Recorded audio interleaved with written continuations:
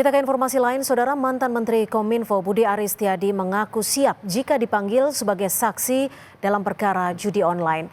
Budi menegaskan dirinya tidak terlibat dalam pengamanan situs judi online, apalagi menerima fee sebesar 50%. Nama Menteri Koperasi yang juga mantan Menkominfo serta Ketua Umum Projo Budi Aris Setiadi muncul dalam surat dakwaan kasus pemblokiran situs judi online Kementerian Komunikasi dan Informatika yang kini bernama Komdigi.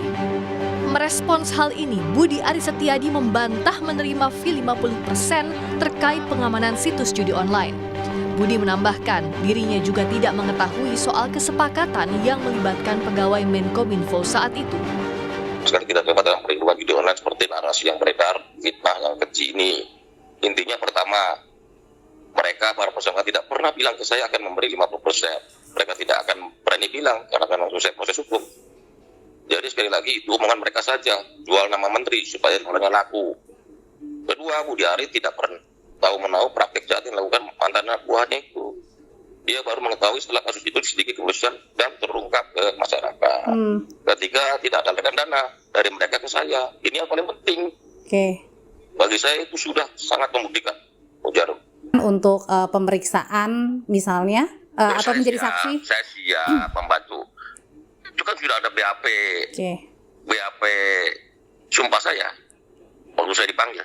Bisa dipakai, bisa digunakan. Terkait kasus judi online yang melibatkan ex-pegawai Kominfo, Kapus Penkum Kejaksaan Agung Harli Siregar menyatakan Budi Aris bisa dihadirkan ke persidangan jika dibutuhkan dalam upaya pembuktian. Kalau yang bersangkutan masuk menjadi saksi dalam berkas perkara ini, tentu penuntut umum selaku pihak yang dibebankan pembuktian ya sebagai pemilik perkara tentu ya bisa saja memanggil yang bersangkutan itu sebagai saksi untuk diperiksa di persidangan gitu. Nah, itu dia.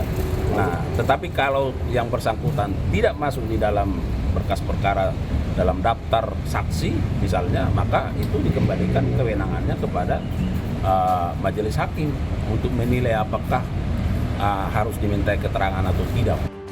Munculnya nama Budi Aris dalam dakwaan kasus judi online ditanggapi Kepala Kantor Komunikasi Kepresidenan. Masih penyebutan aja di dalam proses hukum kan, jadi artinya beliau sendiri juga belum ada proses hukum apa-apa kan gitu. Jadi ya kita pantau saja, kalau dari kita sih mantau aja yang kayak gitu. Ya ikuti aja prosedur hukum. Ya kita kan nggak mengintervensi proses hukum, makanya saya bilang yang salah akan kelihatan salah ketika proses hukum ini berjalan, yang tidak salah juga jangan dipaksain bersalah, yang tidak salah juga akan kelihatan tidak bersalah kalau dalam proses hukum kan gitu.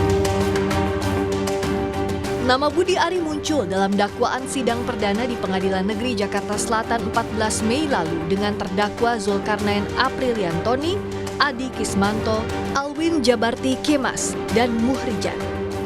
Dalam kasus dugaan judi online, Bareskrim Polri telah memeriksa mantan Menkominfo Budi Aris sebagai saksi pada 19 Desember 2024. Tim Liputan Kompas TV.